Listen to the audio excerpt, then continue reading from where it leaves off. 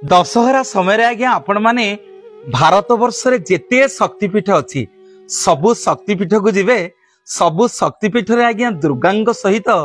महादेव पूजा पांती किंतु भारत वर्ष रे आश्चर्य हेबे सुनिले एकमात्र क्षेत्र मो जगन्नाथ क्षेत्र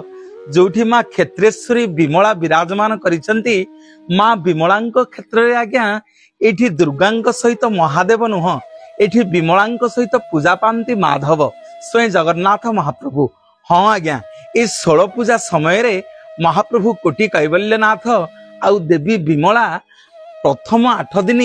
विमला मंदिर रे माँ एठी रुंधा की पूजा पांती आउ शेष 8 दिन माँ आउ जगन्नाथ महाप्रभु बुलिबा को जानती दोल मंडप साही नारायणी मंदिर को। रथयात्रा समय लक्ष्मी की कथा देते लक्ष्मी देढ़सुर ननंद को सांगे कौन बुलिबा को जीव दशहरा बेले मु तुमको बुलेबा को नेबी। हाँ आज्ञा दुर्गा देवी लक्ष्मी रूप में जानती बुलिबा पई दोल मंडप साही नारायण मंदिर को जोठी जो गुंडीचा यात्रा को कहा जाए आज्ञा शाक्त गुंडीचा गले मो जगन्नाथ महाप्रभुंकर ए पवित्र शाक्त गुंडीचा को दर्शन करिवे। सबु शक्तिपीठ रे आज्ञा शिव पार्वती पूजा किंतु मो जगन्नाथ क्षेत्र रे एठी दुर्गा और माधव पूजा गले मध्य देखिबे मेघनाथ पाचरी ऊपर गोटे दुर्गा माधव मंदिर अछि।